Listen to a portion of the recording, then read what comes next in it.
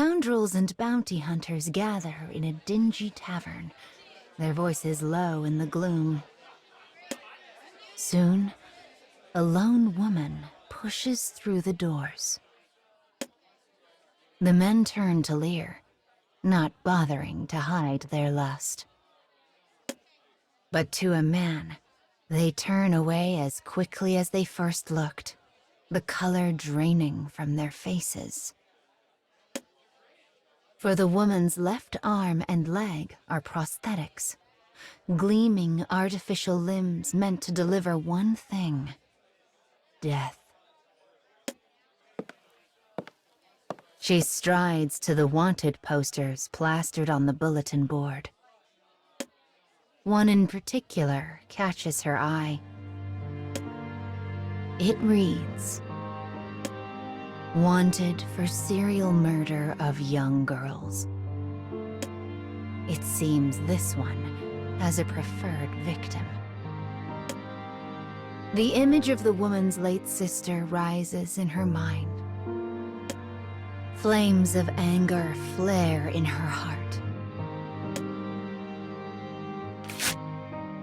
She peels the wanted poster off the board and takes her leave of the establishment. Her mission in life is to find such men and snuff them out.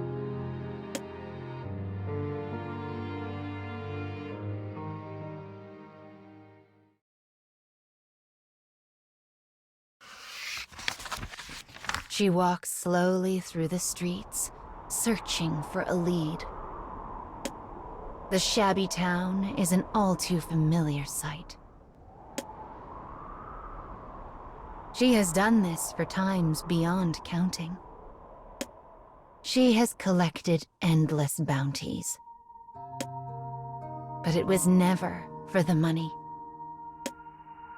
In the end, hate is what drives her.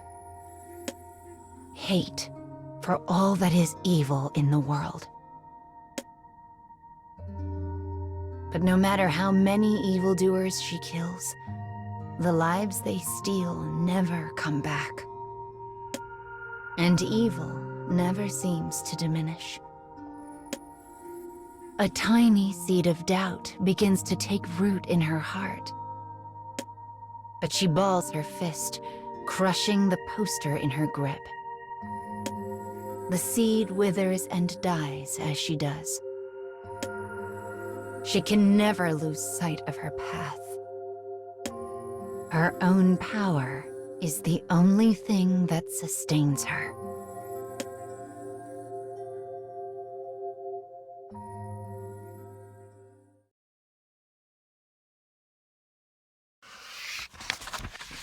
She finds the killer in a run-down manor at the edge of town. The moment she enters the premises, she freezes. Countless traps lie in wait for her. Carefully, she picks her way forward, avoiding them as best she can. She corners the killer in a back room. He wears the face of a mean and cowardly man. But in his fear, the man begins to laugh wildly. Behind him, bound in chains, is a young girl. The man scuttles over and wraps his arms around her. "No," he cackles. "You cannot have her. She is my magnum opus." He laughs and laughs and laughs. Suddenly, the woman's sword licks out and separates the man's useless head from his body. He never saw it coming. Yet even in death, he continues to smile.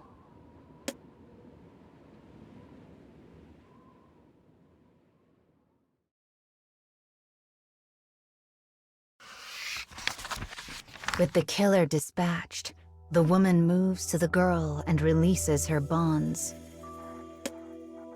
But the moment the last chain slips to the floor, the girl screams and attacks her. She holds a hidden knife in her hand. "Like he taught me," she cries. "I'll do it just like he taught me." The woman has no choice but to act. Her prosthetic arm comes up to block the girl's attack, while the other plunges a sword into her chest.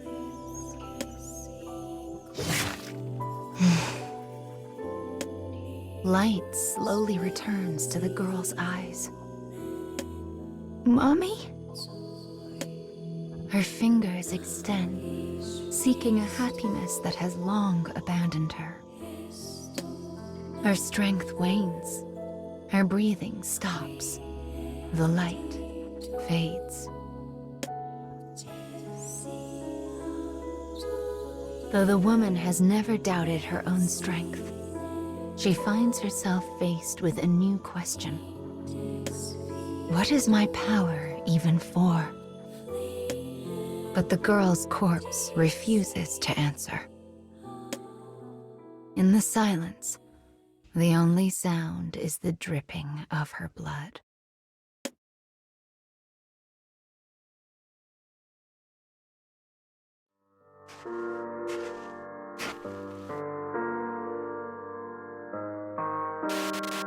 I am on a journey of revenge.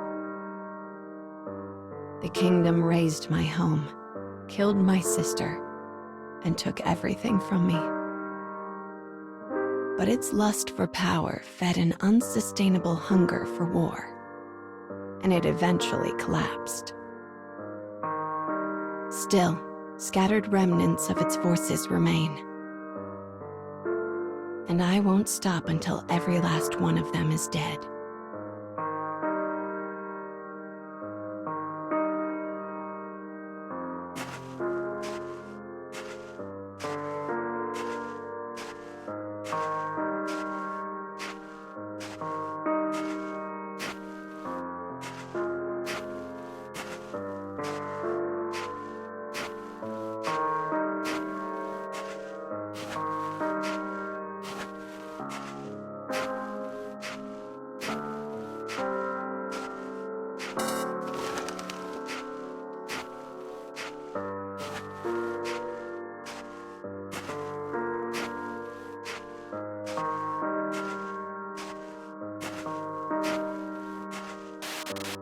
I tarry for a while in a small village.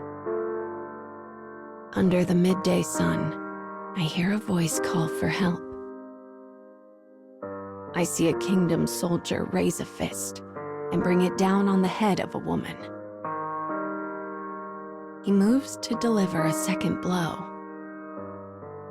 I leap in the way and take it myself before swiftly ending his life.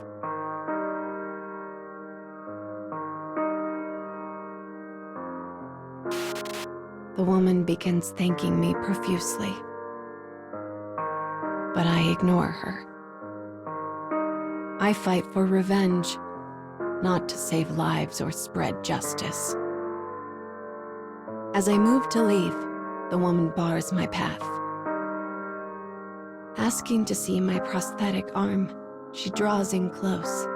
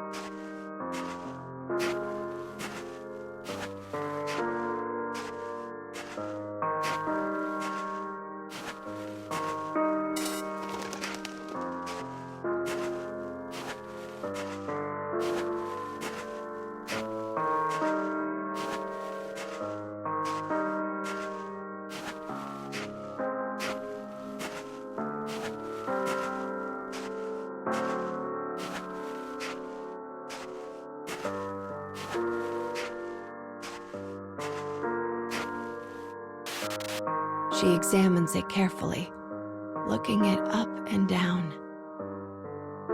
It was damaged when I took the blow the soldier intended for her. Though I tried to explain that I can repair my arm,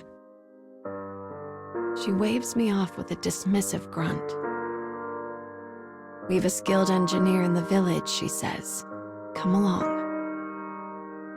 Before I can think to protest further, she takes my hand in hers and leads me off.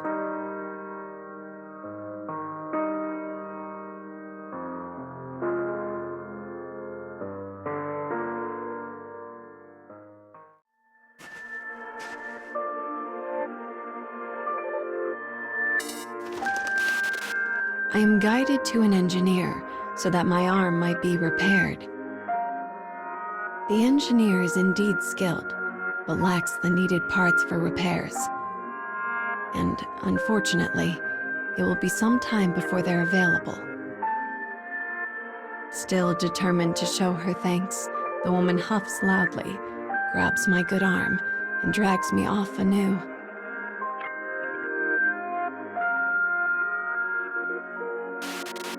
We end up in the village pub.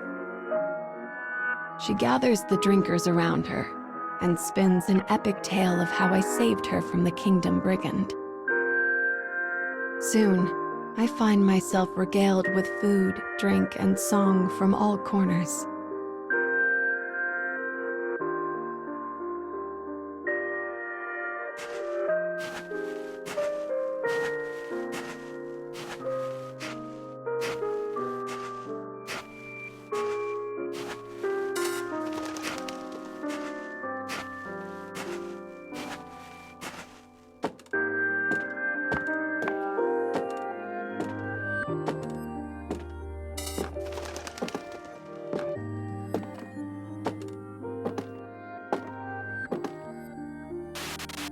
I take a bite of something and nearly swoon. I can't remember the last time I enjoyed a hot meal.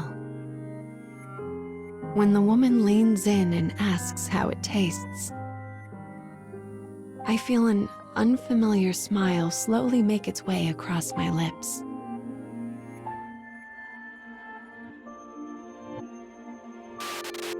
How long has it been since I smiled? Weeks? Years? More? I thought I'd lost the ability to do such a thing long ago.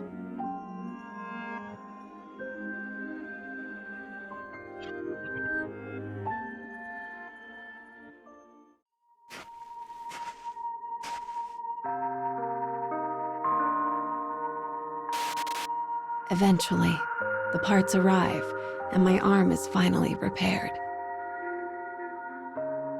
The woman asks me how it feels, and I'm both surprised and delighted that it seems to move more smoothly than before.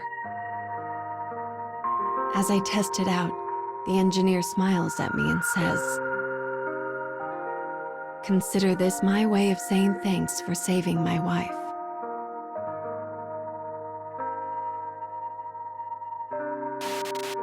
It turns out the engineer and the woman are married. She turns red as he talks about everything he loves about her. I can only chuckle and show a wry smile as I listen.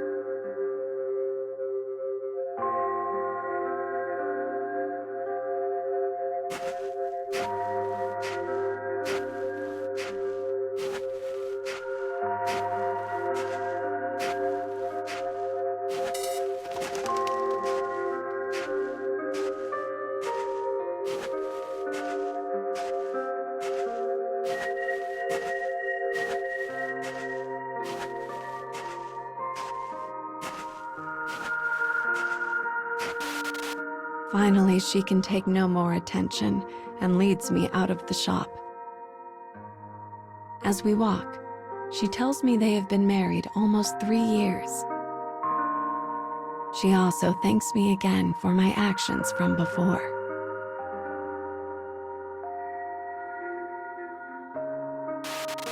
This time, I manage to face the woman and thank her for the assistance.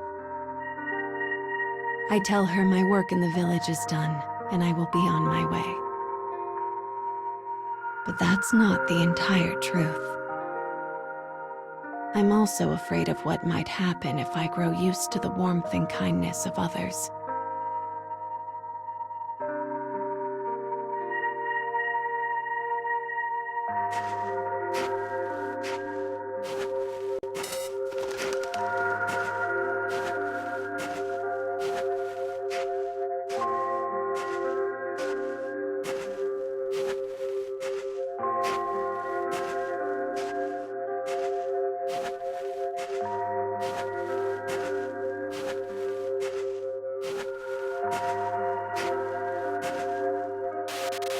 The villagers all gather at the edge of town to see me off. "Come see us again real soon," says the woman. As I walk away, the last thing I see is her small hand happily waving goodbye.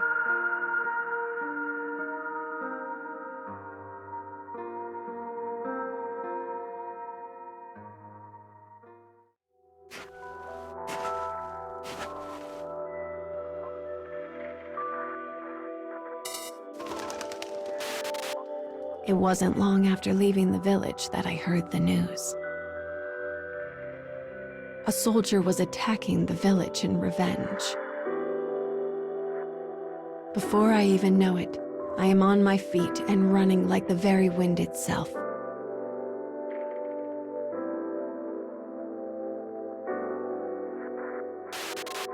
I find the village in flames. The soldier is roaming about madly as he scours the village in search of every last person he can find. "That man was family," he cries as he puts another house to the torch.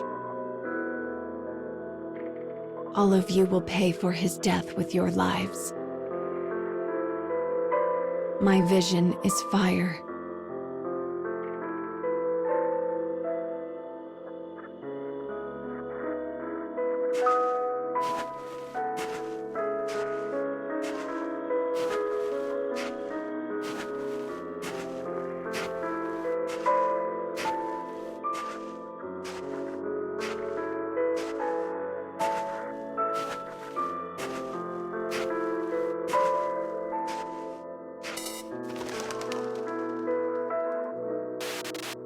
Before I even have the chance to feel my building rage, I engage the man in battle. My arm works even better than before. In a moment, I cut him down like a dog.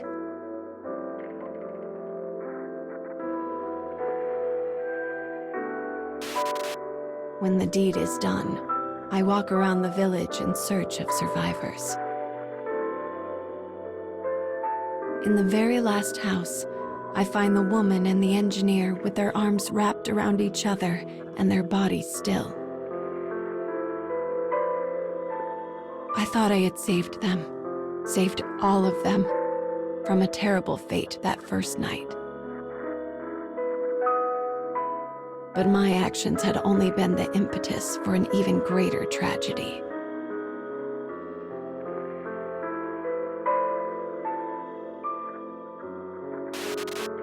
These innocent people had been caught in the cycle of revenge, and now their lifeless eyes stare accusingly up at me. Your power did this. Your hate. Your thirst for retribution. And you know what? They're right. I did this. It is all because of me.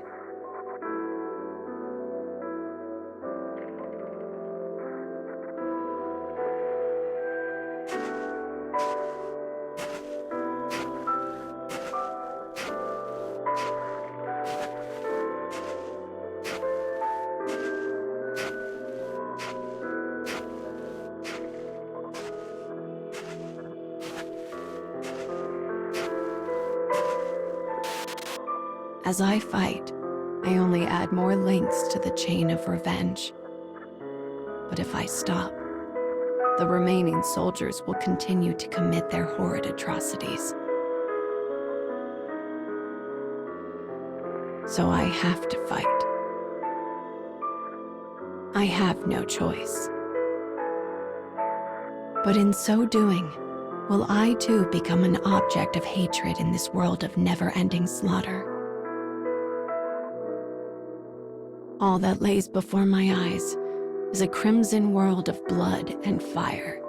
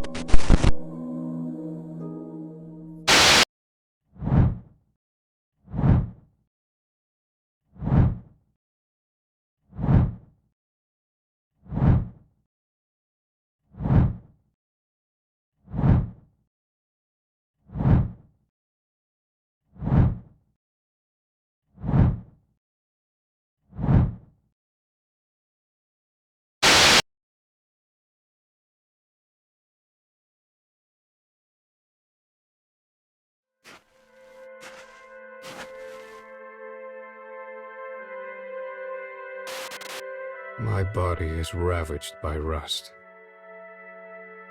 My memories grow defective. Yet I stay by his side, my prince who time eroded.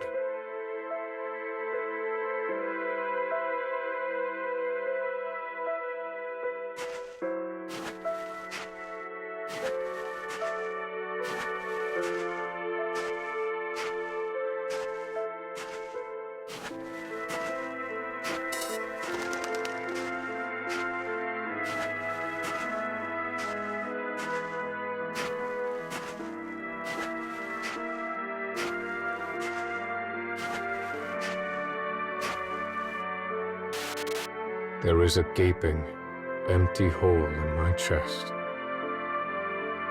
The pain I felt just before he died is gone.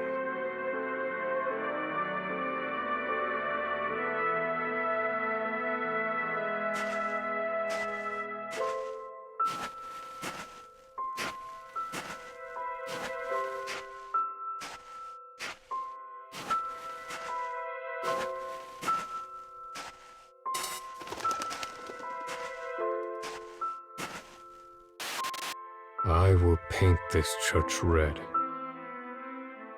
I will use the blood of humans who denied his salvation and now intrude on his slumber.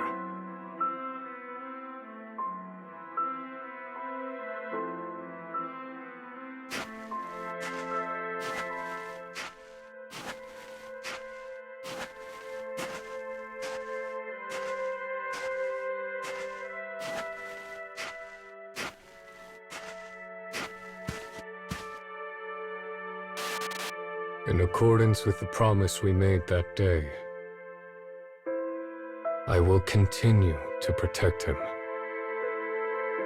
and the peace he desired forever.